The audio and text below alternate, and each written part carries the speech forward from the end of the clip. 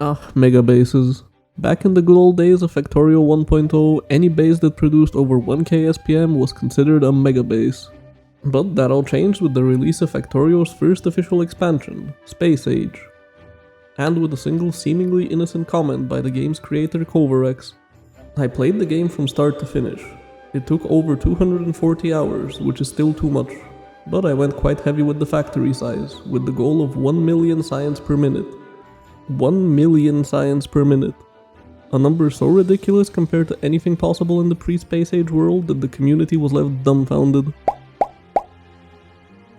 Well, today I'm here to show you not only that a 1 million SPM megabase is very much achievable, but the entire several hundred-hour journey to get there. Anyway, roll the intro.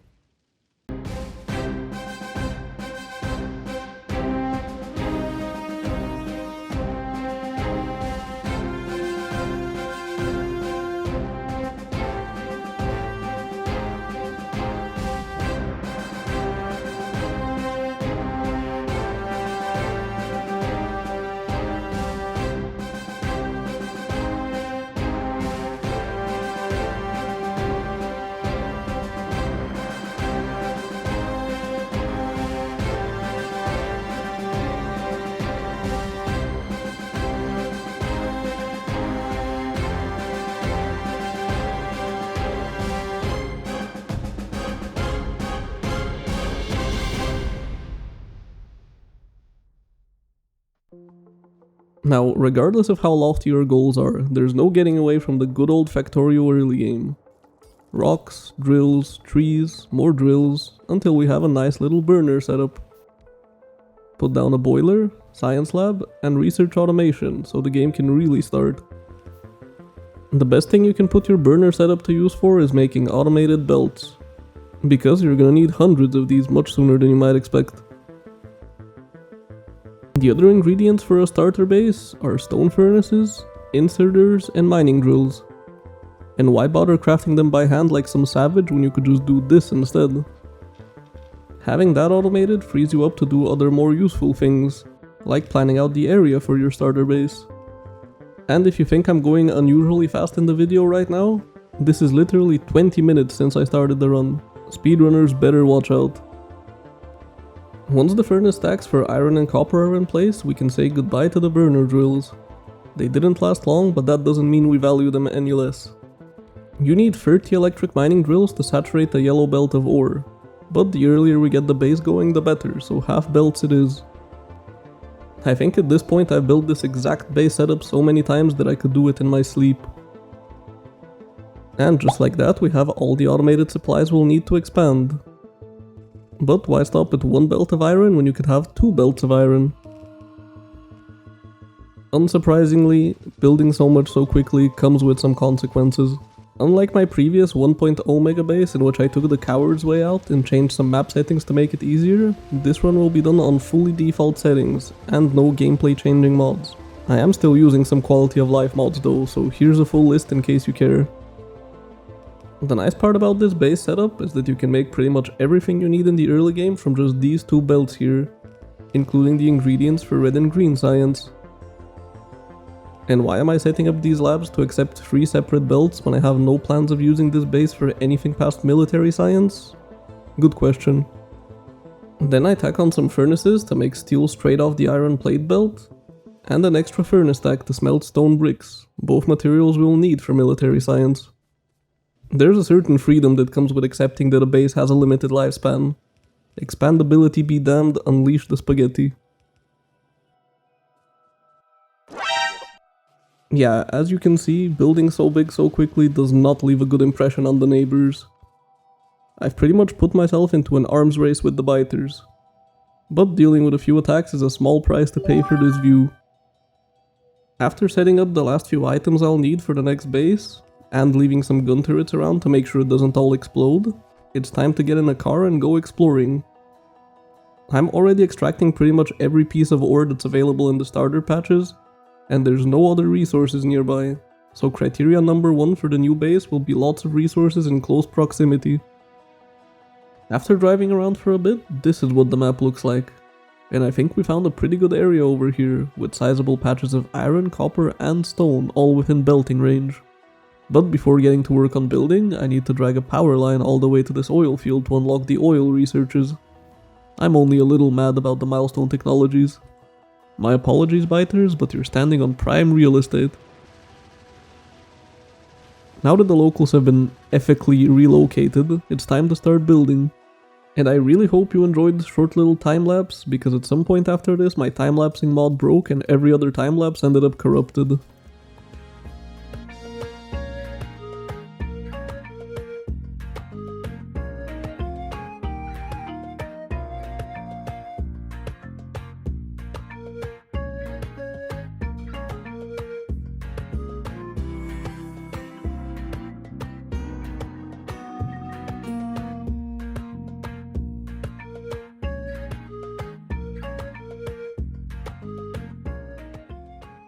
Now that looks more like a base. But unsurprisingly, I can't run this whole thing off the 20 boilers over in the Starterbase. So I need to start mining this coal patch, then run these comedically long belts all the way over to the base. And set up a more robust power plant. 80 steam engines should be enough for the moment. Now that's a lot of ore. So with this base working now and no efficiency modules in sight, the biters are gonna come knocking real soon. So for once I'll take the time to wall off the choke points and protect them with turrets. Once I think the base is safe from imminent destruction, it's time to go get oil. The oil field is quite far from the base, but shouldn't generate much pollution by itself, so a box of turrets should last quite a while before I need to restock their ammo. And just to be safe, here's some flamethrowers as well. Now, in Factorio 1.0 you would definitely use a train to transport this oil. But with the new fluid system, there's pretty much zero downside to just dragging a single pipe across half the known world. All you'll need is a pump every 320 pipe segments and it'll run at maximum capacity. Having oil means plastic, plastic means red circuits, and red circuits mean blue science and efficiency modules. And if you haven't tried just putting efficiency modules in everything early game, just do it, they're life changing. And while I was setting up advanced oil processing, this happens. Okay, that's it, I'm automating flamethrowers. Friendly reminder to use circuit controlled pumps for your oil cracking setups. Oil only gets cracked once the tank is over 80% full. Now that advanced oil is done, let's automate robots and roboports. And since I now have personal construction bots, I decided it's time to put an end to the biter annoyance once and for all by building an actual wall. Building walls is an extremely long and boring process, so I'll spare you the suffering I had to go through and just skip to when it's done. So now that the base is secure, it's time to start working on some real progress. And in this case, that's building a rocket. Huh? Rocket? But your base absolutely sucks, you might be thinking. And you're right, this base is awful, but that's somewhat by design. In my last 3 videos, I played through each of Vulcanus, Fulgora and Gleba as the starting planet. And during those playthroughs I learned one very important lesson. Novice just kinda sucks. Resources are limited, basic buildings suck, biters hassle you constantly, why would you want to deal with all that? So yeah, the goal of this base was purely to get us off this planet as soon as possible. But before I do that, I set up some yellow and purple science. My resources are already stretched thin, but I'm not planning on turning this base off, so even a trickle will add up eventually. Now let's launch up our first space platform. And if you haven't seen it yet, this stunning view of Novice next to the platform is from the mod Visible Planets in Space, and it's possibly the single best mod for Space Age right now. Back to the actual game, I'll be using this tiny platform design to get my space science, which is very nice since Platform Foundation comes with a premium right now. A bit of AFKing later and there's our platform done. Here's the quick and lazy way of feeding science in at both ends of a lab chain, just filtered inserters. Now that all the sciences are slowly doing work, I have some time to kill, and what better way to kill time than setting up a bot mall. And also why not set up a single drill mining uranium with barreled sulfuric acid? Trust me, this uranium is important later. Time for space platform number 2. This one will be my ticket to a much better planet. I really need to thank that Gleba start run for teaching me that you can get away with extremely bad spaceships for the sake of them being quick to build. Well, Novice, I wish I could say it's been a pleasure. If you look at the items I've decided to bring along, you can probably guess which planet I'll be colonizing. This ship might be ugly and not have much cargo space, but that doesn't mean it won't get the job done. And here we are, the actual best planet in Factorio, Vulcanus. After you have some idea of how this planet works, it's extremely easy to set up. Get some initial solar panels and use them to start mining sulfuric acid and calcite. Then just combine them in a chemical plant for effectively infinite pollution-free super efficient power. After that, mine some coal that you then liquefy into heavy oil, and finally turn that heavy oil into lubricant and combine it with some tungsten from rocks to start making foundries. Now that we have foundries, expansion on Vulcanus becomes trivial. Need more of any resource? Instead of finding and fighting for a resource patch, and then having to worry about transporting it back to your base, all you need to do is put down some additional foundries. And since we brought only the few initial items we needed to make a couple of these, the first thing on the to-do list is to make every intermediate product and shove them into provider chests. And with some logistics bots imported from Novice, make a bot mall. Now while we wait for that to stock us up on building supplies, let's go take care of the only Vulcanus resource we don't have easy access to, tungsten. Tungsten patches only spawn outside the initial safe area, and so are guarded by our big worm friends, who are supposed to be the big challenge to expanding on Vulcanus. But do you remember that single uranium drill from earlier? I told you it would be important later. Uranium tank shells absolutely destroy small demolishers, so Vulcanus essentially has nothing to stop us from getting all the resources we could ever want. Well, at least until we start encountering medium demolishers. Now that we've acquired tungsten, that means an essentially infinite supply of big mining drills and foundries, so this base is about to explode in scale. First, we have coal liquefaction and oil cracking, not much different than what you'd find on Novice, just with slightly different ratios. Next, carbon and tungsten carbide, then stone bricks and concrete, plastic, and it's time to really start building. These foundries will be making all our molten metals, and they're designed in a way that's easily expandable if we need more. The backbone of any factory, green circuits, set up in a unique Vulcanus way. And just for good measure, double it. That's all we'll need for 60 green circuits per second. Next, we immediately move on to red circuits, then take a quick detour to make metallurgic science since it's extremely easy. Followed by electric engines, batteries, regular engines, and finally the sciences. Yeah, as it turns out, making science isn't a Novice exclusive activity. And until you get the biolab from Gleba, science on Vulcanus is just as effective as it is on Novice, but much easier to set up and essentially free. And here's how you get 4 separate belts into just one side of your labs. No belt weaving required. The main thing limiting any early Vulcanus base is just how horrible the simple coal liquefaction recipe is, but for that reason I've brought over a couple of space science packs from Novice. Shove those into the labs with the Vulcanus specific metallurgic science and research the regular coal liquefaction. No more problem. Now oil isn't a concern any longer and it's time to finally get some real yellow and purple science going. No more of that 5 SPM or however much we're getting back on Novice. And with the combination of logistics bots and the power of foundries, it all goes up with very little effort. Now we have a real capable base, completely free from outside threat and immune to resource shortages. More than good enough to get us through all the basic non-infinite technologies. But we are playing Space Age after all, so the next step is making sure this base can build and supply space platforms. And just to flex how much better Vulcanus is than Novice, I made this huge block of circuits here for the sole purpose of making modules. We're limited to tier 2s of the prod and efficiency modules, but tier 3 speeds are on the menu. And finally, rockets. The real starter base is now complete. Now it's time for a real spaceship as well. You might think that being in Vulcanus' orbit would be a problem, since the asteroids here aren't the harmless variety that's found in Novice orbit, but you'd actually be wrong. Medium asteroids hitting a stationary ship does next to 0 damage. Sending up a stack of repair packs via rocket is more than enough to keep your ship completely safe. And since we now know that the asteroids are indeed harmless, let's make a second space platform to produce space science. But remember, this is a Megabase video, so now that I've shown you that Vulcanus is in fact the best planet, let's skip ahead a bit. This is my new and actually usable spaceship. And you can see it's absolutely loaded with all kinds of useful supplies for colonizing planets. No more bootstrapping required.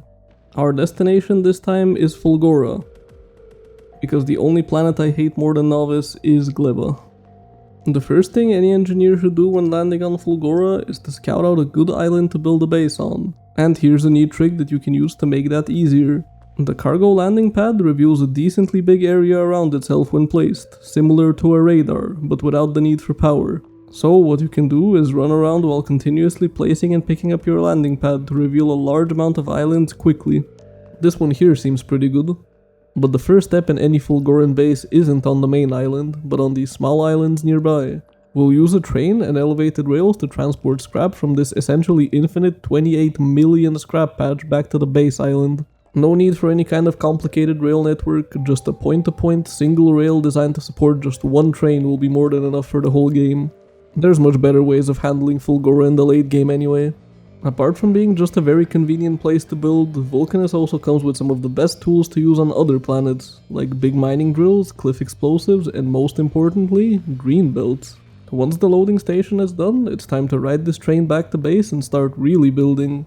These 4 lanes of recyclers will be enough to process 4 full green belts of scrap, as long as you ignore the fact that I only have about a fifth of them currently. I forgot to bring concrete. And after that, my approach to Fulgora will be a very simple one. I'll use the 4-lane sorter from my Fulgora start video and just make logistics bots do all the hard work for me. Well, I do still need to make sure high throughput items like gears are taken care of so they don't clog the system. The way this base works is after being sorted, each item is placed into passive provider chests, giving the robots access to them. And then, after reaching a certain amount in each chest, said item is then put into an active provider chest, which will take them into one of these to be recycled. And the process is then repeated for any subsequent material we get from that recycling. It's not completely failure proof, but it's robust enough to keep the base running with no issue for dozens of hours. Once the recyclers are working, the first thing to do, again, is set up a quick bot mall. It's just good practice to have one of these on each of your planets. You don't want to be sending rockets and spaceships back and forth because you're missing a stack of inserters or assemblers. Next up is building the actual base. The whole challenge of Fulgora is making sure you don't end up backing up on any single item. So while we want to keep a certain amount of most things, like circuits and LDS, there's other items like ice that only serve one purpose. So to reduce robot traffic, all ice will go on a belt to be melted, and any leftovers that make it past the chemical plants will be recycled into nothing. Solid fuel is pretty much the same. Just send it into a row of boilers, and anything that makes it through the boilers goes into the grinder. Now for the actually useful materials. Holmium and stone go into chemical plants to make holmium solution, which then goes into a foundry to make holmium plates with a juicy 50% productivity bonus. Leftover stone becomes bricks, and even more leftover stone becomes dust. And here's a trick to getting rid of concrete quickly and efficiently. Just turn it into hazard concrete first. Recycling speed is based off the crafting speed of the item, so the 0.25 second crafting time hazard concrete is recycled much faster. The same technique applies to steel, using steel chests as well. Next, we need to crack down some heavy oil into light oil, and then just start stamping down requester chests and let the bots handle everything. That's the beauty of bot bases. Everything we need to produce electromagnetic science can already be made from the materials available, so it's just a matter of putting down the buildings. Oh, and yeah, in case anyone didn't know, EM plants' liquid inputs are pass-through, meaning they can connect to each other in a row like this. But that's electromagnetic science done. If you take this approach to Fulgora, it's extremely quick and easy to get to a working state. Only thing we're missing now is rockets, but that's once again just a requester chest away. But before I leave, power keeps dying during the day. And would you look at that, this neighboring island is just close enough to be connected by a big power pole. Guess it's time to fill it with 5,000 accumulators. Much better. Now let's take some science and some of our new buildings and go back up to the spaceship. Back at the main base on Vulcanus, we have some prep to do. And by prep, I mean artillery, so you can probably guess where I'll be going next. But the first thing to do with this artillery is use it to get rid of this annoying worm blocking some resources I want. Hey, guess medium demolishers aren't that scary after all. I needed the sulfuric acid patch. For some reason, the sulfuric acid outside the starting area on Vulcanus is ridiculously rich. And for fluids, the richness increases the speed at which they're mined, so this might as well be an infinite amount of sulfuric acid. And if you know anything about Vulcanus, that also means we have infinite power. And the infinite power allows us to upgrade the science setup with modules and beacons, more than doubling the science we produce. If our only goal was beating the game, this would be more than enough to never worry about science again. But compared to what we'll be getting up to later in this video, it's not even worth thinking about. But we've already seen Vulcanus, and we'll be seeing much more of it later, so let's skip ahead to our next planet. Gleba is the only non-starting planet with actual enemies, so in addition to the regular building supplies, we'll also be bringing the strongest defensive tools in the game, artillery and Tesla turrets. And I've also equipped myself with some mech armor, which will make traveling around the many swamps of Gleba much easier. Honestly, apart from the enemies, Gleba might be the easiest planet to set up. But the main benefits of Gleba are only useful on Novice, and Novice sucks, so we're doing it last. The first thing to do after putting down some solar panels is to start mining stone and instantly turn it all into landfill. Trust me, you never want to be in a situation where you don't have enough landfill on Gleba. Now to get Gleba rolling, you'll need some biochambers. So after raiding a pentapod nest for some eggs, I make this little setup. You need to hand feed the fruits, but after that it'll work by itself until the fruits run out and make you a ton of biochambers. After getting enough biochambers, it's time to introduce the core of my Gleba base, this bioflux module that I shamelessly pre-designed in an editor world. It might be a mess of belts, but all you need to know is, it takes in fruits, makes bioflux, and doesn't deadlock itself due to spoilage. And additionally, I'll use it to make bio-rocket fuel. This is important, since burning rocket fuel in heating towers will be the main way I power this base. All this production means nothing if I can't get the resources though. So after making some artificial soil, I set up the farming area for both Yomako and Jellynut. And get a rude reminder about the importance of not carrying around pentapod eggs. Once both farming areas are working, it's time to give this base a quick kickstart with some nutrients. I might not be the biggest Gleba fan, but there's no denying that watching these colorful belts flow is a peak Factorio experience. Now I can't just leave the farming areas undefended, but building a whole wall sounds like too much effort. So let me introduce you to the box. The box will be our main defensive structure on Gleba, combining artillery, laser turrets, and Tesla turrets. Not even the Stompers stand a chance. Placing one of these at every corner of my base should be good enough to not need to worry about defenses for a good while. And here we can see it in action. Artillery will keep the nests away from the spore cloud, and the Teslas will dispatch any newly homeless pentapods. With that taken care of, let's get back to building. Iron and copper bacteria is interesting. The process will inevitably deadlock at some point, so you need a way to restart it. And the easiest way to do that is to enable the kickstarting recipe only if none of the other machines are working. Bacteria isn't very useful though, we only need the spoiled product. So we'll make some buffers that will only take out ore while letting bacteria spoil inside. We're already making plenty of rocket fuel, so all we need now is some LDS and blue circuits. But we can make the robots do all the heavy lifting here, since they're needed in very small amounts. Speaking of robots, here's another mall, and some rockets. But what good are rockets without science to export? Thankfully, agricultural science is the easiest so far. The only real ingredient is bioflux, and we're already making plenty of that, so here's the finished science. And that's pretty much it for Gleba right now. We'll need much more exports from here later, but we'll cross that bridge when we get to it. Now we've pretty much conquered the inner planets, so that unfortunately means I can't ignore Novice anymore. And my god, is this base outdated.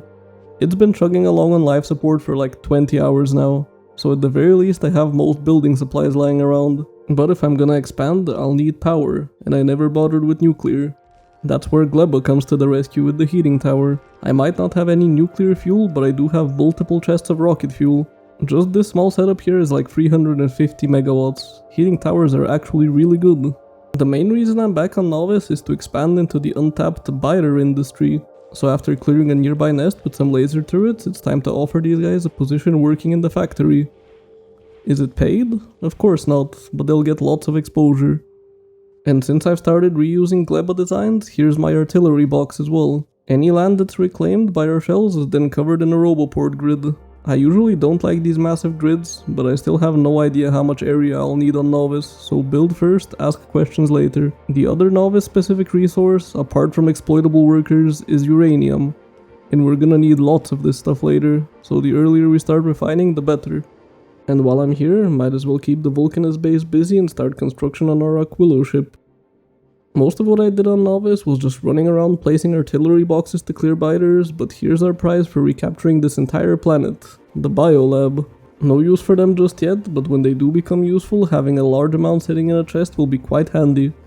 The heating towers were just a temporary measure, and now that I have uranium, it's time to stamp down this huge, tileable nuclear reactor that'll solve any power problems. And if we end up needing more later, we just copy and paste this blueprint again. The final thing to do on Novice is relocate the landing pad, and then start spamming biolabs around it. You can probably guess what I'm planning to do next. Getting a lot of different items out of the landing pad in meaningful quantities is a bit of a challenge though.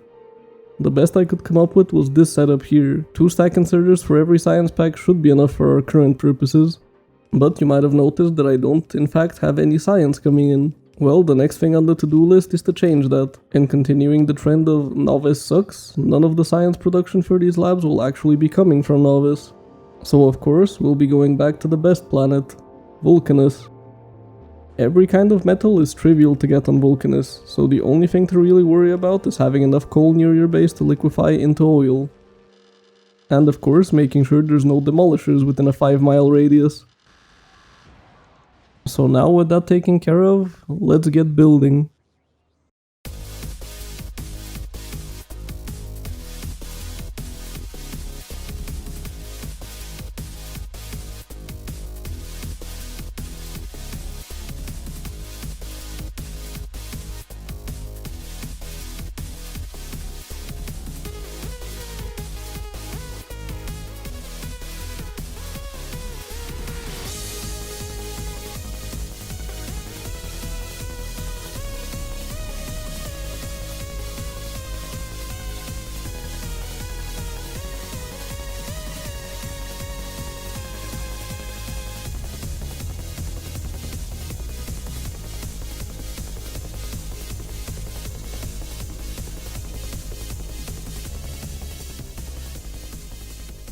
Well, you just watched 6 hours of my life. Isn't video editing great?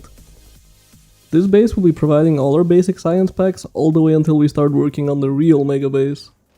It produces 2.5k SPM of red, green and blue science, and about 1.5k SPM of production, utility and military. The reason for that is while every technology uses red, green and blue, most of them only use one of production or utility. So unless we just try to do production research over and over again for hours, it should in practice be a 2.5k SPM base.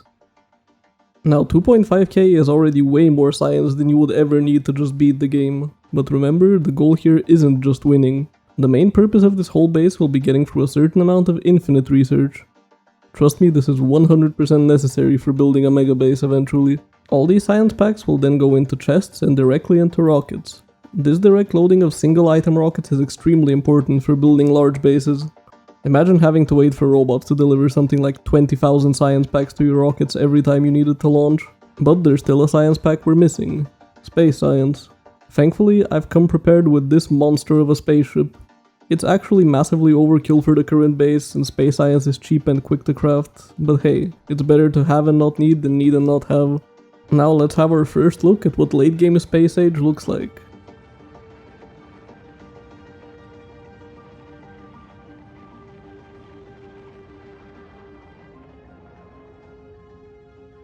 Ah, beautiful. Let's hop on our new science transport ship and take a quick trip to Novice. It's still lacking a few science packs, but man does this feel nice to look at. With our 2.5k SPM production and the reduced science drain of biolabs, we should be absolutely flying through any early infinite researches. The important ones right now will be any productivity bonus research, robot speed, and physical and explosive weapons damage. But I won't be seeing the fruits of this research for another 30 hours or something, so let's not worry too much about it, and instead start making our way to our final planet, Aquilo. The start on Aquilo is always a bit slow and painful, clearing out all these ice chunks with 5 times as power hungry robots and bootstrapping power with 1% effectiveness solar panels. But at this point I've played so much Space Age that I've got it down to a science. First, we hand feed some fuel to a heating tower to get some initial heat and use it to unfreeze a chemical plant melting ice. Use the water from that to turn steam turbines and not have to use horrible solar panels anymore. Next, start smelting any lithium you found lying around and start making cryo plants with supplies you remembered to bring over. Then build a nuclear reactor. These serve a dual purpose on Aquilo, providing both power and a crazy amount of heat. After that, start processing the ammonia from the ocean and use it to make ice platforms. The more of these you have, the better. And finally, make a dedicated setup to automatically make ice to provide your nuclear reactor with water. All ice gets melted and all ammonia is turned into solid fuel and promptly burned or recycled into nothing. Just like that, you have all the basics you need for a functional and expandable Aquilo base. But we aren't settling for just the basics, so let's start pumping lithium brine and turning it straight into lithium. Usually on Aquilo, you need to balance the production of ammonia and ice because different processes use it in varying amounts, but why bother with that when it's much easier to just make whatever you need on site and void the other product? It's infinite anyway. After that, we smelt the lithium into plates and use it to make hot fluoroketone. Getting items out of the landing pad and onto belts on Aquilo is an experience for sure. Now it's time for a stupidly long pipe because my fluorine patch decided to be 5 light years away from the rest of the resources for some reason. You might have noticed me using rare pump jacks, and that's because on top of pumping faster, they also have reduced resource drain like quality mining drills, which ends up extremely useful when you would really rather not expand to additional resources. But with that, we have all the resources available on Aquilo, so it's time to make science. Heat pipes make long-handed inserters much more convenient to use, and pretty much everything on Aquilo uses few enough materials per second that inserter speed won't be a bottleneck. Cryogenic science needs lithium plates, fluoroketone, and ice, and since I'll be getting lots of ammonia from making the ice, I'll use it to make rocket fuel. Remember kids, always bring enough materials to craft rockets on Aquilo. The upper rockets will be used exclusively for science, while the bottom ones will be for anything else we might need on other planets. And just like that, we've conquered the final planet, Aquilo. Now would be around the time that most playthroughs would be ending, but for us, it's just the beginning. But before I forget, quantum processors and fusion power, and queue up the most important research of the run so far, legendary quality. And with that, we mark the end of phase 1 of the Space Age Megabase journey and enter phase 2, the legendary grind. On screen right now, you'll see me building a very weird looking spaceship blueprint. This is what the community has started calling a space casino, and it's just the first of many steps in the grind to get everything legendary. Quality is an interesting mechanic. It's fundamentally all based on chance, and a chance so low that it's basically a given that getting anything legendary quality will require a crazy amount of resources being poured into recyclers and mostly being wasted. The intended process of getting quality items basically goes like this. You take a machine and put quality modules in it. From there, the math becomes very complicated.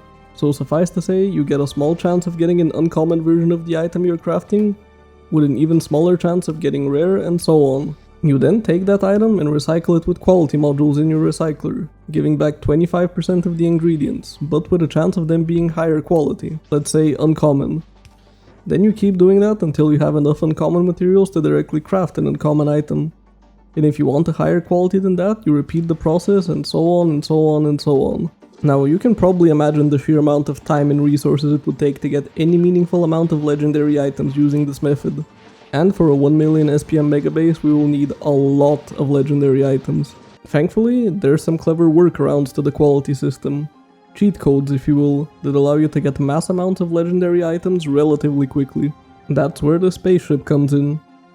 Crushers have the ability to reprocess asteroid chunks with a loss rate of only 20%, significantly better than the 75% loss rate of recyclers, and they accept quality modules. So the idea of this ship is to be permanently in flight, collecting lots and lots of asteroid chunks and sending them into this block of crushers to be upcycled. Normal asteroid chunks come in, get processed. Any asteroids that remain of normal quality go on the same belt and repeat the process, while any of higher quality go on a separate belt that feeds crushers doing the same but for uncommon, rare, epic, and eventually we get legendary asteroid chunks, which then become legendary iron ore, carbon, sulfur, and calcite. Pretty much everything you need to craft any legendary item in the game. Now you're probably thinking, wait, that's like 4 basic materials, how will that allow you to craft any legendary item in the game? Well, I'll show you, just after I go back to Novice and set up something at least resembling a base there. I'm lazy and this base won't need to do much, so I'll just mine ore directly into foundries and melt it on site, so I just have 2 pipes to deal with instead of like 20 belts. None of this is too interesting, so I'll rush through it a bit. Green circuits, oil processing, red circuits, blue circuits, LDS, and rocket fuel. Now for the reason I built all of this. Modules. Up until now, I've been stuck working with tier 2 prod and efficiency modules, and I'm tired of that. And with this base being built pretty much just to churn out modules, I can move my quality and speed module production here as well. I'll also need to start sending mass amounts of stone to Aquilo for foundations. So here's a little stone mine feeding directly into rockets for that very purpose. Okay, enough with the detour, let's get back to quality. I said the Space Casino will provide most of the materials we'll need, but there's others that sadly aren't that easy. Namely, all planet specific materials, like for example uranium on Novice. I've made this whole thing here to produce mass amounts of enriched uranium. All that uranium will then be going here, into making and recycling quality nukes. What do you mean, is it safe? Of course it's safe. Anytime you need to upcycle any material the intended way, it's better to turn it into an item first before recycling it. And even if it's gonna be very slow, I'm hoping that setting it up this early will mean that by the time I actually need legendary uranium, there will be thousands just sitting around in chests waiting for me. Now, our Space Casino has been doing work, so let's start making some legendary buildings. I've decided to build my quality base on Vulcanus, both because I'm seemingly obsessed with building everything on Vulcanus this run, but also because it's just the most convenient. There's a few quirks about how quality works in this game, and we'll be making use of all of them. Smelting is the same as normal, legendary iron ore in, legendary iron plate out, simple. But next we're making the single most important item in Factorio, legendary coal. Coal can be made from carbon and sulfur using the coal synthesis recipe. And as you recall, we're making both of those legendary in the Space Casino. Here's where we encounter the most important quirk in how the quality system works. Fluids do not interact with quality in any way, so legendary carbon plus legendary sulfur plus regular old water equals legendary coal. Because fluids don't affect quality, that's all we need to make legendary plastic. Since plastic can be made in cryoplants, that means we have 8 module slots to fill with productivity modules and an infinite plastic prod research, so every piece of legendary coal will make like 8 legendary plastic. Next is probably the most extreme use of the fluid mechanic. You know the foundry specific LDS recipe, right? Molten copper, molten iron, and plastic. Yeah, I think you see where I'm going with this. So our legendary coal becomes legendary plastic and then becomes legendary LDS. But that's not all. Recycling a legendary item gives back legendary ingredients. And since fluids can't be recycled, recycling LDS defaults to the normal LDS recipe, which is copper plates, steel plates, and plastic. So now we have a source of legendary copper, steel, and LDS just from a single piece of coal. But that's still not all. LDS have an infinite productivity research as well, capping out at 300%. Meaning we get 4 items per craft instead of 1. And if you remember, recyclers give back 25% of the crafting materials, meaning that for every craft you get 4 LDS, and recycling 4 LDS, on average, guarantees you get enough plastic back to craft more LDS. So once we get to that 300% productivity, we have an infinite source of copper, steel, and LDS. This process is what's commonly known as the LDS shuffle. Obviously, we aren't at 300% productivity yet, but the method still works, just needs to be fed some plastic from outside sometimes. Now, we've used 3 out of the 4 materials we're getting from space. What about calcite? Well, we are once again abusing the fluid loophole. Making molten metals from lava requires 1 calcite and outputs stone as a byproduct. But by using legendary calcite, we still get normal molten metals, but we get the legendary stone as a byproduct. And since I've been going on about obscure Factorio tech for like 5 minutes now, let me show you some more of it. There's actually a 100% vanilla way of voiding fluids in this game as of 2.0, and it's surprisingly simple. Take something that uses your fluid as an ingredient, in this case I'm using LDS, and use a pump to get the fluid you're trying to void into the machine. The pump is important since it prevents the fluid from getting back out into the pipe system. And then use a constant combinator with the recipe you want and some other random recipe, feeding into the new selector combinator, which is set to randomize inputs, and then connect it to your voiding machine and put it on set recipes mode. And just like that, you now have an infinite fluid voiding tool using 0 mods. Alright, I think that was too much information in a too short period of time. Let's do something simple, like setting up another bot mall. But this time, legendary. With just the 4 items coming from space, we now have legendary iron, copper, steel, stone and plastic, which is pretty much everything you need for any non-specialized buildings. From there, we make all 3 kinds of legendary circuits, gears, engines, batteries, you get the picture. But sadly, we still don't have very much of each item, so we won't just be cranking out full legendary bases yet. Thankfully, I won't be running out of things to do anytime soon. So I'm back on Novice and tackling the worst, most headache-inducing item in this game. Legendary biter eggs. The only way to get higher quality biter eggs is just directly upcycling them, which as I stated before is the worst way of getting anything in higher quality. Also, anything involving biter eggs needs some kind of defenses around it, just in case. And worst of all, biter eggs are required for 2 of the most important items, legendary prod 3 modules and legendary biolabs. So it's not like I'll only need a couple of them, I'll need thousands. Yeah, basically I'm gonna need to throw millions of unhatched biters into the grinder over the course of this run. That means I'll need massively more production than this. And since biter spawners need a constant supply of bioflux, that means we're going back to gleba. No, God! Using biter eggs, you can make overgrowth soil, which massively increases the amount of places you can plant trees on gleba, and is essential to scaling up fruit production. And I now have fusion reactors, so why not put one here so I don't need to rely on heating towers for power. Remember my last visit to gleba, where I just pasted a whole base blueprint I designed beforehand? Well, I have so little respect for this planet that I'm doing it again. Jokes aside, the reason I do this is because testing anything on gleba is a massive pain. I misplace one inserter and suddenly I have to deconstruct like 3000 belts filled with spoilage. Just way less annoying to do it this way. And since we're massively scaling up science production, that means massively scaling up the farming areas. Thankfully, that overgrowth soil makes it so you can plant trees pretty much anywhere as long as it's in the correct biome. And just like on Vulcanus, we'll be using single-purpose rockets. Only difference here is that we need ways to get spoilage out of the chests and rockets. A little kickstarting and there's our new base fully operational. Apart from the science pack, there's 2 other important exports from gleba. First is carbon fiber. This stuff is needed in large amounts on Aquilo, so it's important the Aquilo ship can get enough quickly and doesn't get stuck waiting in gleba orbit for 20 minutes. And the second is of course bioflux. Novice is gonna be eating through bioflux at the same speed as the biters will be eating through my base if I ever run out of bioflux. So having multiple rockets dedicated to just bioflux is a good idea. Well, that's gleba done for now. I won't deal with quality here yet since it's even more annoying than usual, so we'll be coming back to gleba later when it's time to bring it up to Megabase scale. But while I've been off doing that, I've accumulated a lot of legendary materials from my spaceship. So let's finally start the legendary mall. And I actually have so much legendary copper that I need to start throwing some into the lava, else it locks up the LDS recycling.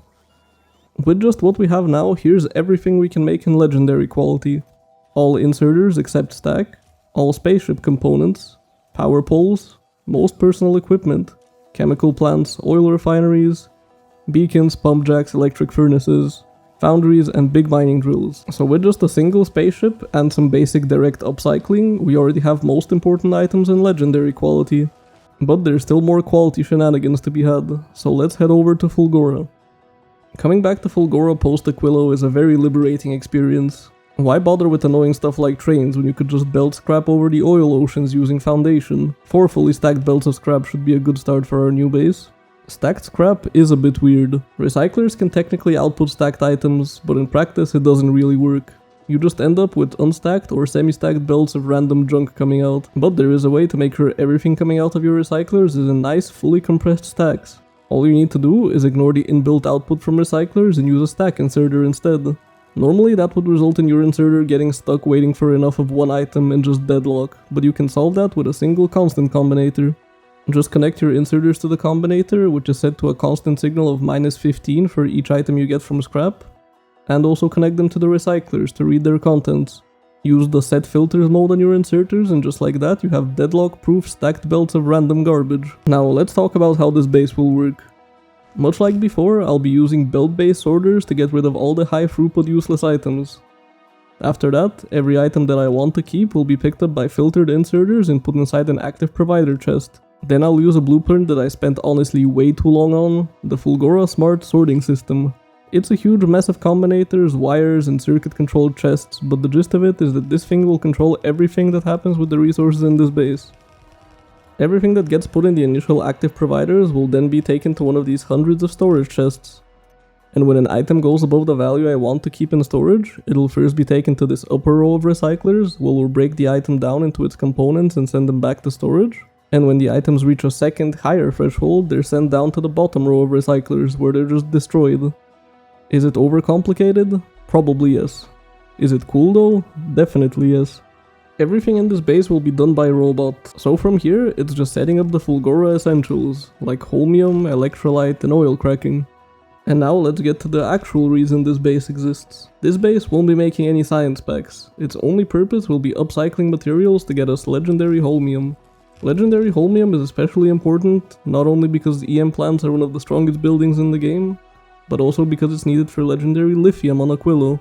The way I'll be getting legendary holmium is by upcycling supercapacitors. I'll craft a ton of them normally with productivity modules and beacons, and then recycle them with quality modules. Then all quality ingredients will be taken to craft a supercapacitor of the same quality, and anything epic or below will be recycled again indefinitely until we have tons of legendary supercapacitors. But if I turn this base on, I think my accumulator charge might last all of 10 seconds before shutting everything down. So let's preempt that problem by building a 4 GW fusion reactor on this island here. The belts are flowing, but I think I underestimated just how much 4 stacked belts of scrap is. My inserters just are not keeping up. Thankfully, that's where my legendary bulk inserters from Vulcanus come in to save the day. Apart from making legendary holmium, this base will also be the main thing supplying Aquilo with LDS and blue circuits, so it needs lots of rockets. Now is about the point in the run where I just start hopping between planets and try my best to kill time while waiting for infinite research and the slow trickle of legendary material. Like for example, I made this enormous recycler monstrosity on Vulcanus to brute force upcycle blue circuits. It worked okay, but for the amount of buildings and modules it took, it was a horrible way of getting legendary circuits. Then I queued up the building of like 5 new and improved spaceships to act as cargo haulers. Went to Novice and built several massive walls completely covered in laser and Tesla turrets. Started mass upcycling every patch of tungsten and coal I could get my hands on. Made myself legendary mech armor with the quality Fulgora materials and stuffed it full of legendary equipment. You know, regular everyday things you get up to when you've been playing the same Factorio save for way too long. And after that, it's time to finally get some quality working on Novice. It's been a long time in-game, and I finally have gotten enough blue circuit productivity research to reach the cap of 300%. So here's how you get an infinite amount of quality circuits on a planet that has 0 quality. It does require legendary prod modules though, but we can just import the initial circuits from Vulcanus. The basic idea here is that with 300% productivity, recycling becomes lossless. So given enough time, you can turn normal quality blue circuits into legendary blue circuits for no additional cost. Just make sure this thing is a separate robot network and feed some green and red circuits in via belt. Eventually, you'll start seeing lots and lots of legendary blues.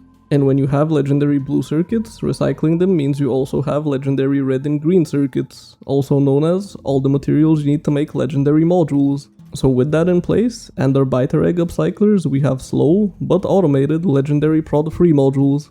And with automated legendary prods, we can go ahead and build the blue circuit upcycler on Fulgora as well. This is a way easier alternative than just importing everything from Vulcanus, since there's a few buildings that need to be made on Fulgora, like the EM plant and recycler. So with our circuit upcycler and a couple of imports from our space casino, we have everything we need to start mass producing quality free modules, which will make any quality setup work much faster. Man, I've been saying the word quality so much during this last section of the video that it's starting to not sound like a real word anymore. I also built an upcycler for EM plants a while ago. Turns out this is just the superior way of getting legendary holmium, so the entire supercapacitor setup was kind of a waste of time. I don't really even want to talk about quality on Gleba, so I'll just make it quick. We only need it for legendary stack inserters anyway. It's just direct upcycling of any fruits that go unused after passing by our science. Everything else we need for legendary stack inserters just gets imported from Vulcanus, and legendary bioflux is getting solved in a different way. And just for good measure, I also have gambling setups for stack inserters, since they're needed in high amounts. Next up is the easiest quality planet. Since pretty much everything on Aquilo is a fluid, none of it interacts with quality. So looking at the recipe to make lithium, the only thing we need is legendary holmium, which we already have from Fulgora. Also, cryoplants with 8 legendary productivity modules means that very little holmium becomes a lot of legendary lithium plates. And the only item we actually need the lithium for is legendary cryoplants. So this whole planet was done in about 10 minutes.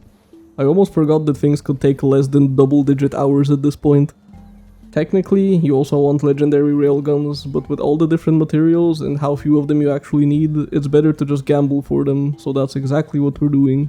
Well, there we have it. Everything we need in legendary quality is now slowly building up. But novice is still a problem. Legendary biter eggs are a major bottleneck, given that they're needed in huge amounts for both legendary prod modules and legendary biolabs. So with no better way to solve the problem, it's time to just keep throwing more and more eggs into the grinder. And as if there weren't already more than enough biter spawners on novice, I'll need them for another purpose as well. For all the quality shenanigans I've been up to, I still haven't set up Prometheum science. And if you know anything about Prometheum science, you know it needs an ungodly amount of biter eggs. Here's the ship blueprint. And I think this single stupid ship might have taken me a full day to design, test, redesign and retest until I finally got it working properly. I'll talk about how it works in a second, but let's set up the biter egg delivery system first. When handling Prometheum science, the single most important thing is making sure you don't have biter outbreaks on board. So you want any biter eggs that make it onto the ship to be as fresh as possible. And if you want any meaningful amount of science production, you need tons of eggs per trip. So the way to solve both those problems at once is to load biter eggs directly from spawners into rocket silos. This field of biter spawners will keep steadily growing throughout the run as I fine-tune the amount of eggs I can send on each trip. You might not know this because it's normally a bit useless, but rocket silos actually have circuit conditions. One of them is read orbital requests. So using that, I can connect all the inserters and have them insert biter eggs into the silo only if a request for biter eggs is present from a space platform. Since speed is a major concern, we'll be launching each silo only twice, since that's about how much you can instantly fill with 10 biter spawners. For a quick test trip, let's do just 50,000 biter eggs. Now that the ship is flying, let's explain a bit about this overcomplicated thing. As you can see, there's a lot of belts going in towards the center. All those belts will be carrying Prometheum chunks. And even with 6 belts per machine, it's still not enough to keep up with how fast the science is crafted. At the front here we have our defenses. Railguns, lasers, rockets, and gun turrets, all set to deal with different kinds of asteroids. All the asteroid collectors on the front here are set to only gather Prometheum and send it straight to science production. All the other asteroids you need to keep the ship running are gathered on the side here. With legendary buildings, modules, and a decent amount of asteroid productivity research, you need a laughably small amount even for a huge ship like this. The side here is where all ammo production is, using a looping sushi belt like every other ship. It's a mess of belts, inserters, and circuit conditions, but it's a functional mess. And this whole thing is mirrored on the other side. Both sides are fully independent, so if for some reason one of them stops working, the other one will keep going like nothing happened. But that shouldn't ever be an issue. In the center here we have a triple fusion reactor producing 1 gigawatt of power, a bit overkill but better safe than sorry.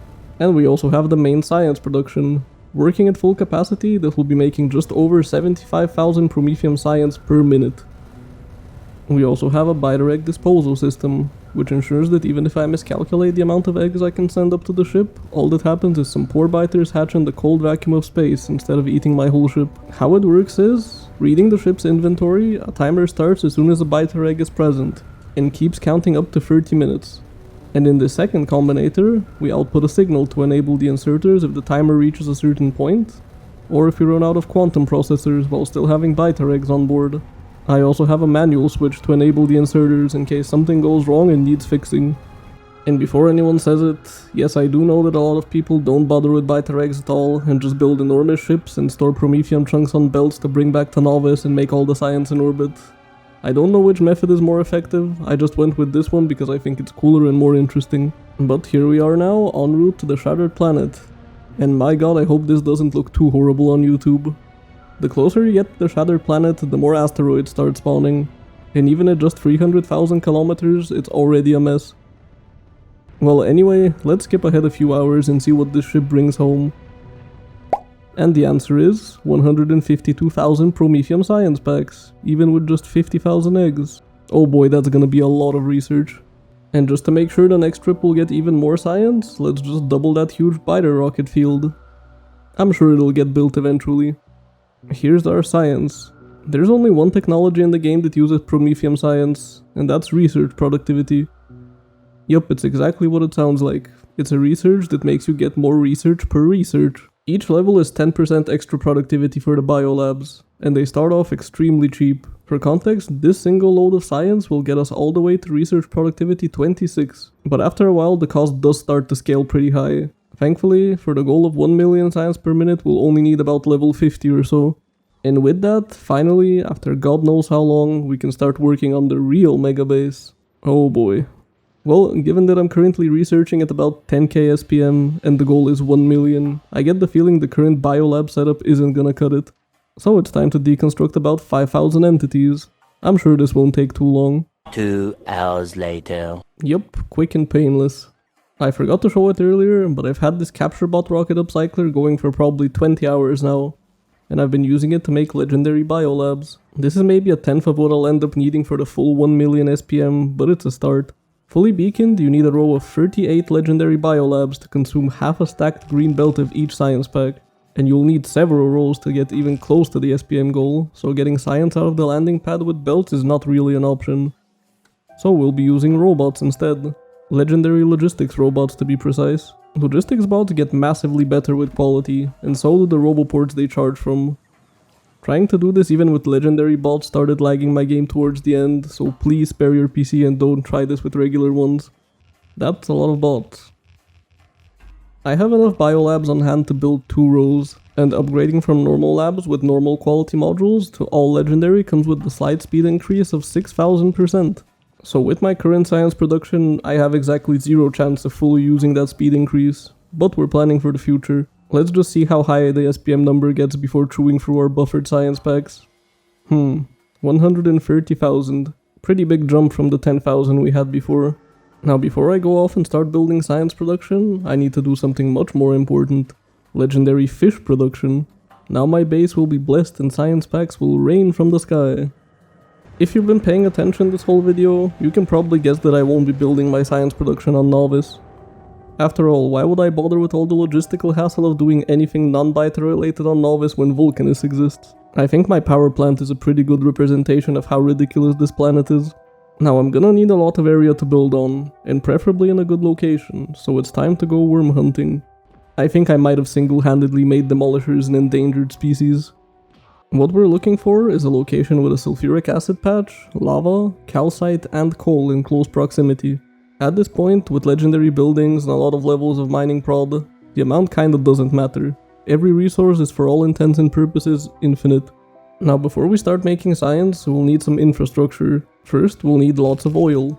And if this setup here looks too small to you, remember these are all legendary buildings. For context, here's how we get 4 stacked belts of coal. Just 4 mining drills. And because I'm a very smart individual, I decided to build like halfway across the planet from my old base. So every time I run out of anything, I need to run a marathon. Thank God for legendary exoskeletons. Once we have oil working, it's time to move on to the molten metals. At this point, foundries work so quickly that it's a good idea to build them directly on top of lava and just feed offshore pumps right into their inputs. They also produce so much stone that the only realistic way of getting rid of it fast enough is to turn it into landfill and throw the landfill into lava. We build these foundries right next to a calcite patch, so we can just use robots to deliver the calcite. Once we have that, we drag all the pipes together in a line. This is essentially a main bus, but if you used belts to carry the equivalent amount of molten metal in plates, you will probably fill up the whole screen. The first thing we're making are rocket components. We can make all the science we want, but it would be useless without a way of getting it back to Novice. And it still feels weird building this small, but this tiny setup here makes 100 rocket fuel per second. Nothing to see here, just a single cryo plant making 550 plastic per second, even without full beacon coverage. Yeah, if you're used to the production rates of normal quality machines, this is all a bit ridiculous. Once we have all the rocket components ready, it's time to finally move on to Megabase level science production. And here's the design I settled on. One assembling machine feeding into chests and then directly into a rocket. This might seem stupid at first, until we realize that each machine is making like 1250 science per minute. These 2 assemblers by themselves are making the same amount of science as our entire old base. And we won't just be stopping at 2 assemblers. My idea here is to keep extending this upwards until we're consuming a half belt of each input ingredient. The whole row here will be making 15,000 science per minute. And how are we gonna feed 15,000 science per minute? Well, with 2 entire foundries, of course. If I actually used more beacons, these foundries could probably feed like 45,000 science per minute, but let's just keep it contained to this row. Just split 2 pipes off of our fluid bus, and just like that we've completed our first Megabase level science module. I say it's a module because 15k SPM is nowhere near enough to hit that 1 million goal, even with all the prod bonuses. So let's just double it. With some extremely rough napkin math, I've concluded that you need to produce somewhere around 90 to 100k science packs per minute to meet the goal of 1 million SPM without needing a ridiculous amount of research productivity. I won't be making all of that in this base. I'll settle for a mere 30k SPM of each science pack that's producible on Vulcanus and figure out the rest later. Green science isn't much harder to do than red. Still just 2 ingredients, and most of what we need can be made in foundries. So this is all the production we need to feed 30k SPM. Compared to the time I've already spent on just getting the quality buildings, these science builds feel like they're happening in the blink of an eye. Red and green are the only sciences that'll be this simple though. Everything past green will need a significant amount more production to feed it, and since every pack going forward will need more than 2 inputs, we'll need to modify the design a bit.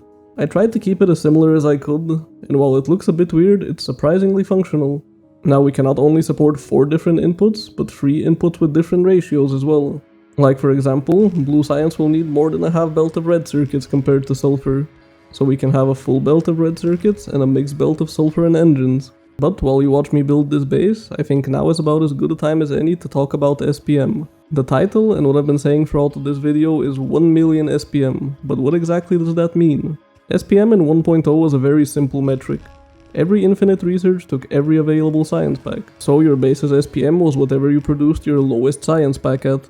You also had only basic labs, which consumed exactly 1 science pack per research point done, with very limited productivity bonuses from 2 module slots. But in Space Age it's gotten quite a bit more nuanced. You now have the Biolab, with its 50% science pack drain, which stacks multiplicatively with productivity. 4 module slots, which can be filled with legendary prod freeze, giving an initial productivity bonus of 100%, an infinite technology which gives 10% research productivity per level, and to top it all off, every infinite technology now requires different kinds of science packs.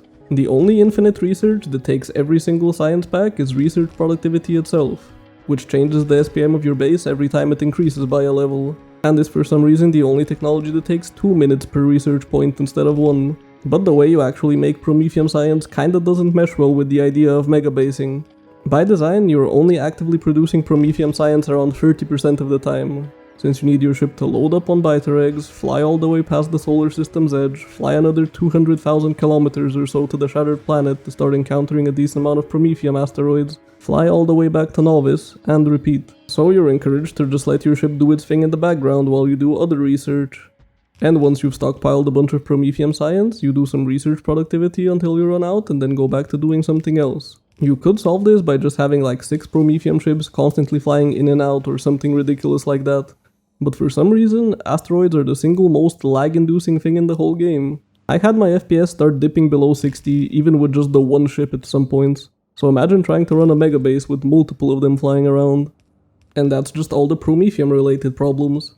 Back in 1.0, the big infinite tech everyone wanted high amounts of was mining productivity. But in Space Age, that just requires red, green, blue and purple science. So should a base's SPM be measured by just how much you produce those sciences at? Some people say that you should just measure a base by the amount of packs you produce, instead of going by the in-game SPM meter that takes into account all your research productivity bonuses. Maybe those people are right, but I like big numbers. And 100k produced SPM base just doesn't have the same ring to it as 1 million SPM megabase. So I'm choosing to ignore that line of reasoning. Oh yeah, and did I mention that Global Science Pack spoils and is damn near impossible to get a consistent SPM number on? Basically what I'm saying is, SPM in Space Age is complicated. So instead of worrying about the details, I'm just gonna go on vibes and say that 1. I'll be going purely off the in-game SPM meter. Big number equals good. 2. Since infinite techs need different science packs, I'll need to swap between them when stress testing the base, so I can't just do only research requiring Vulcanus science and call it a day. And 3. Research productivity makes everything complicated. So I'll only use Prometheum science to get around level 50 or so, and researching using Prometheum science will be at half of normal speed. Since you don't actually need more production, just more labs, which will be inactive any other time. So, while I've been talking about something that probably only 10 people care about, I've knocked out blue and yellow sciences. There's been nothing particularly interesting, copy-paste rockets, build ingredients, and connect the belts. But now things get a little more interesting. Metallurgic science is made in foundries, and foundries are crazy fast, so unlike before, we'll be feeding 2 rockets for each foundry. I can still mostly reuse my design, just need to fit a pipe in there as well. And we actually have to deal with a solid ore for once. I almost forgot what it feels like. Even though tungsten has a much slower mining time than any other ore, it still only takes a handful of mining drills to get a lot of it. Making carbon and plastic is very easy at these levels of production. Just mine directly into a cryo plant and pull out as many belts as you can. And getting multiple high throughput items into machines is a bit weird. Since long inserters aren't fast enough, I end up having to do weird stuff like this. In case you haven't seen it before, here's 8 fully stacked belts of tungsten. 4 of them go to tungsten carbide, and the other 4 to tungsten plates. Connect belts, connect pipe, and there's our metallurgic science. And because I somehow get a comment on every video saying, no lamps and concrete, so it's a starter base. Here's your damn concrete. And your lamps. Are you happy now? Next is production science. Because it requires such a huge amount of rails, we can't just build them in. We need at least 1 rail assembler per 2 science assemblers. And it also requires a lot of stone. But Vulcanus has 0 stone patches. So, what am I doing? Well, I'm making stone, of course. The stone that's normally a byproduct that we destroy from foundries normally isn't a viable way to get large amounts of stone for science, since it depends heavily on all our molten metal being used. No metal demand means no stone, and with how much stone production science goes through, unreliable supply isn't good. Thankfully, we know about the fluid voiding trick. Trying to get rid of this much fluid won't work with just 1 machine though. But it's not like pipes are limited in any way, so we can just build like 20 of them. And that's how you get 12 belts of stone on a planet with no stone. 6 of these belts will be going straight to the rails, and the steel plates and iron sticks aren't hard to supply. Modules are just red and green circuits, nothing interesting. Electric furnaces are interesting though. They need a high amount of each input item, so I can't mix belts, and I can't use long inserters. But I can do this. Megabases always come with some unique belt solutions. Plug those in, and that's production science done. Now we only need military science, so that means more stone. Where else would you see 6 stacked belts of stone feeding only 2 assembling machines and barely keeping up? Piercing ammo is easy, and grenades just need a few belts of coal. And just like that, we have all sciences at 30k SPM. If you've been wondering about those beacons with legendary efficiency 2 modules, those are because rockets actually have a significant power drain while launching. And launching hundreds of rockets at once would absolutely destroy my power grid if I didn't use some efficiency modules. It's still weird seeing this comparatively tiny base produce so much science, but that's why we spent half the video grinding quality, I suppose. Now let's watch this base in action. So many rocket launches at once that I can't even fit half of them on screen. And since we now have some respectable science production, let's double the biolabs. Time for a quick SPM check, 309k, so we're about a third of the way there. And it wouldn't really be a Megabase video without some Spidertrons, now would it? These are legendary Spidertrons filled with legendary exoskeletons, so yeah, they're a bit speedy. Imagine being a biter just chilling in your house when suddenly some spider runs past at Mach 5 and shoots 30 missiles at you. Alright, enough distractions. We only have around a third of the science we need on Vulcanus and pretty much nothing on other planets, so let's go change that. Fulgora is first on the list, and it's the most unique of the planets to Megabase on. Someone in my Discord linked me a very interesting way of making science on Fulgora, and I just knew I had to try it for myself. So say hello to the Fulgora Island. This is meant to be built on top of a Vault Ruin scrap patch, and it might be the coolest blueprint I've made yet. And best of all, you can fit 2 of them per scrap patch. Now let's actually explain how it works. This blueprint is made for the sole purpose of producing electromagnetic science. It's fully self-sufficient, so there's nothing coming in and nothing going out except science packs being launched into orbit. At the start, we mine directly into recyclers and feed their output into a rocket silo. The rocket silo basically serves as a huge chest to handle sorting. Most scrap materials are instantly destroyed, and as you can see, it's an absolute mess of wires and combinators. That's because everything in the silo needs to be carefully controlled as to not fill it up all the way and stop the whole base. Interestingly enough, LDS and blue circuits can't actually go into a rocket silo, even if directly inserted, so we need to get them out of the recyclers with inserters. After the silo, we have the production part of the base. All the items we need are put on belts and eventually either become science or destroyed to avoid deadlocks. I would really like to keep talking about this base, but if I went into detail on how everything works and how every item is carefully balanced, it would be its own separate 20-minute video. And as you can see, we already have some rockets launching. Each half produces up to 6k SPM, so the whole island is 12k SPM. Although it is slightly bottlenecked by holmium, so let's just say it's 10k. And the absolute best part about this design? It's possibly the most easily expandable base ever. Just copy, paste on top of a different scrap patch, and connect a single power pole. Sadly, these are pretty expensive on the foundation end, so for now we can only build 2 islands. I'll be back later when I have a big stockpile of foundations ready. In the meantime, let's go somewhere you can build with less expensive materials. The first thing I need to do is get some actually good power generation. And for some reason, fusion reactors and their turbines, which literally have plasma flowing through them, freeze on Aquilo, so I can't just use my regular designs. I need to fit some 30-degree heat pipes to keep my 1,000,000-degree plasma warm. Once I have power taken care of, I can start building another fluid bus. Aquilo is a lot like Vulcanus in that all resources you need for science are liquids, so these 4 pipes will be all we need to think about logistics-wise. And here's the cryogenic science design. Pretty long, eh? Building this whole thing with just personal robots isn't a good idea, is it? Alright, I've jumped ahead to where it's done. I'll hand feed some rocket fuel initially to get everything unfrozen, and once it starts working, it'll provide its own heat, so this is a one-time thing. As you can see here, we have a single cryo plant outputting 1000 ice per second to feed the science. So we're also using the fluid voiding technique again to make sure ice production never stops. We also have this thing here, making solid fuel and sending it up the chain of science assemblers, who had legendary burner inserters on their Megabase bingo card. Down here we have our on-site lithium production and smelting. The only thing we need is some holmium plates that are brought in via robot.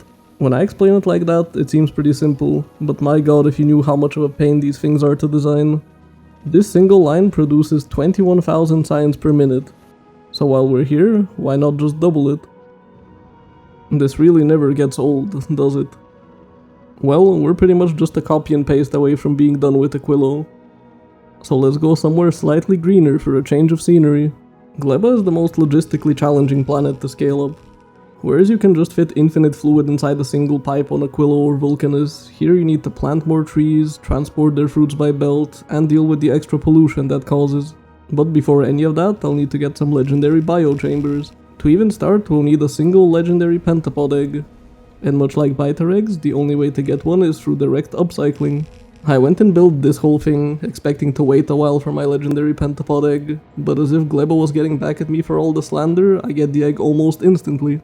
Biochambers are relatively cheap compared to other planet-specific buildings, but they need pentapod eggs, which need a lot of nutrients to duplicate. Thankfully, I don't actually have to upcycle bioflux for this purpose. Remember that CaptureBot rocket upcycler on Novice that was making biolabs? Well, those rockets recycle into bioflux, so I already have a source of lots of legendary nutrients. Everything else I need for biochambers is just coming from Vulcanus, and I'm almost surprised by how well this worked. I got way more biochambers than I'll end up needing. I guess they'll be useful if I ever go for a 10 million SPM base. I also brought over a few Spidertrons from Novice, to make sure any pentapods stay well away from the spore cloud, if for some reason artillery doesn't already do that. Now, if I'm gonna scale up science, I'll need a lot more farming area. Thankfully, I had the foresight to build near lots of farmable land. I can't exactly deconstruct my whole old base just yet, since if I cut off bioflux supply to Novice, I'll end up with history's biggest rebellion on my hands. Now let's stamp down a full base blueprint on Gleba for the 3rd time this video. It's very similar to the Aquilo design, in that it's self-contained and makes science directly from raw ingredients.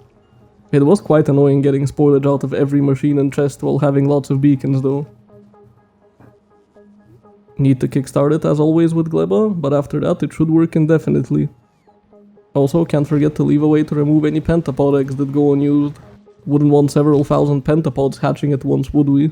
Now that we have a lot of science to export, let's also make sure it stays fresh. The best way to ensure the freshness of any Gleba product is to make sure it's only using the freshest possible fruits. So, after going through the base and being used for science, any leftover fruit will be processed for seeds and then destroyed. Alright, we finally have all science packs at the appropriate scale to justify doubling the biolabs. Now we have some much needed symmetry in the science area. And oh god, look at the robots. I'm starting to get scared for my frame rate. With this amount of labs, our SPM peaks at around 740,000. So on the research speed side of things, we're almost done. That still leaves bringing the science production up to the required amount though. The easiest science to do that with is space science. All we need is to build this enormous space brick. The brick truly is the optimal spaceship design. All paths lead back to the brick. Now, I feel like at this point you've seen me building science more than enough times this video. And it was at this point that I feel the playthrough stopped having new and interesting things happen. So while I play some building footage in the background, let's talk a bit about my thoughts on this run. I think I could talk about Space Age and all its new mechanics and additions to the game for way too long, so I'll do my best to keep it concise. Who knows, maybe I'll make a separate video to give my full thoughts. Now, I think I've had a pretty comprehensive experience of Space Age by now. Between my first blind playthrough, doing each planet as the starter one, and now megabasing. And even after all that, the game still hasn't gotten stale, which is quite surprising given that this single playthrough took longer to complete than all my 1.0 video playthroughs put together. I think Space Age is amazing, and is for me the definitive way to play Factorio now. Although I do admit the length is a bit daunting, especially when trying to condense it down into a video like this. Even after several playthroughs, each planet remains unique and I'm still finding new and interesting ways to solve their challenges. Space platforms remain some of the coolest things in any Factory game, and the general QoL changes that came with the 2.0 update still leave me wondering how I ever lived without them before. Like, can you believe that you needed to make a separate, special kind of inserter to use filters, and they didn't just have that functionality built in? Sounds crazy. But unsurprisingly, I don't only have good things to say. So let's talk about quality. Oh boy, quality. Now, I don't dislike the concept of quality itself, but I think the implementation ended up as a huge missed opportunity. I must admit, I might be a bit biased, since a good 50% of this behemoth of a playthrough was spent dealing with quality in one way or another, and a good chunk of that was just waiting around. The number one thing I need to say about quality is that unless you're trying to build a megabase, it's pretty much an entirely optional mechanic, like you can just never interact with it. But even so, I think the system is just too grindy and a bit boring. Quality was an interesting mechanic when I was making clever solutions with meaningful payoffs, like the casino spaceship, the LDS shuffle, or the 300% productivity circuit upcycler. That's good, but the interesting solutions to quality feel more like exploits or oversights than how the mechanic was intended to work. And anytime quality didn't have some kind of workaround and I had to just chug biter eggs or whatever else into recyclers for dozens of hours, I just wanted to pull my hair out. I would keep talking, but I'm not trying to insert a video essay about the quality mechanic into this Megabase video, so I'll shut up for now.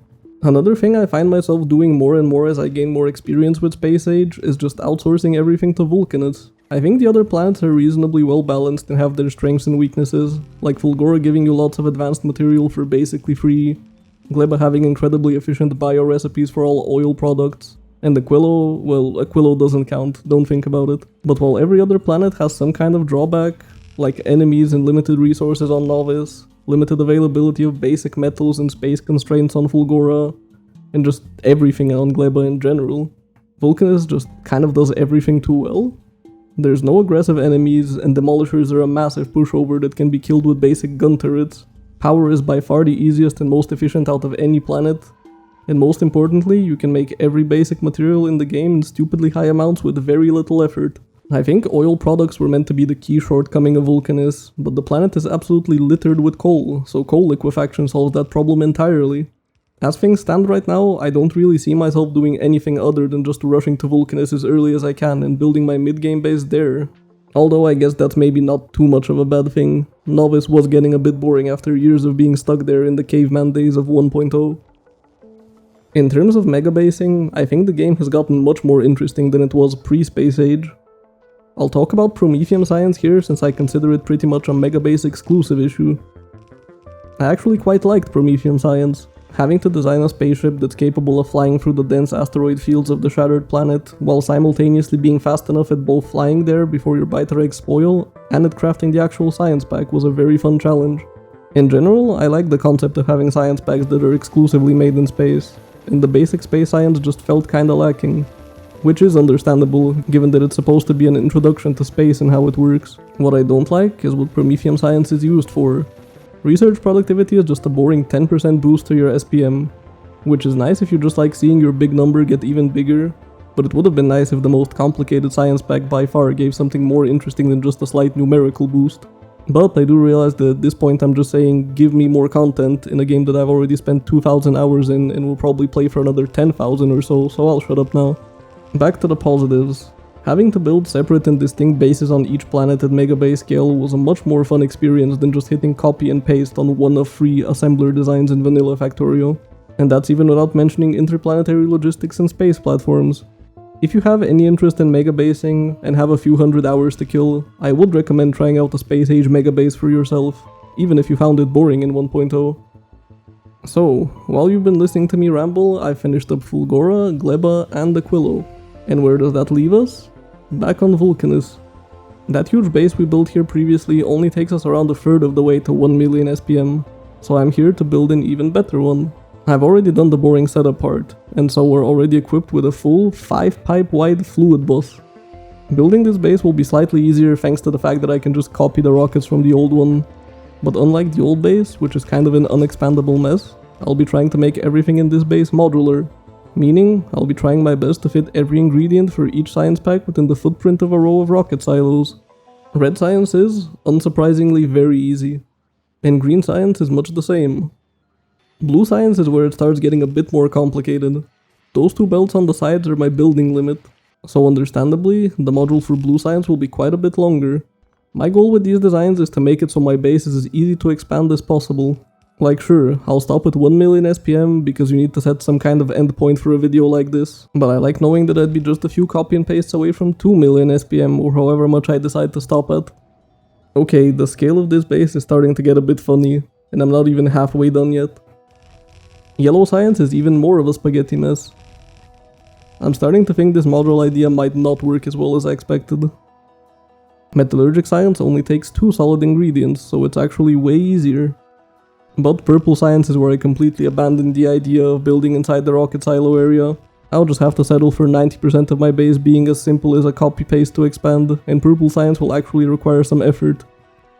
Ah yes, a very reasonable amount of stone. Nothing to see here. At this point, just let me melt stone and stick it in a pipe. And just in case you were wondering, here's how many legendary pumps I need to use to not limit my molten metals too much.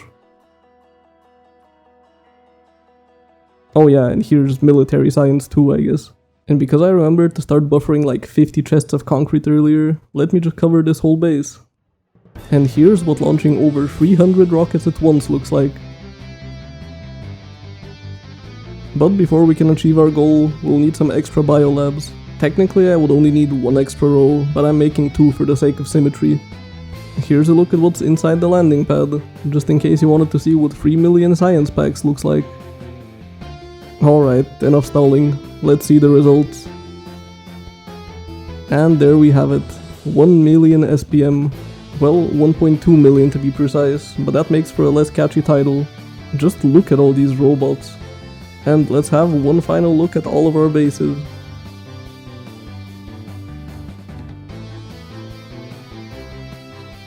Before I leave, I wanted to make sure the base is stable and we aren't just burning through a giant science buffer. So I left the game running for an hour, while alternating between researches requiring different science packs, and I'm glad to report that the base is in fact stable at 1.2 million SPM. With that, all that's left for me to say is that I hope you enjoyed this video, and until next time dear viewers, see ya! Hey there, little post-video segment here.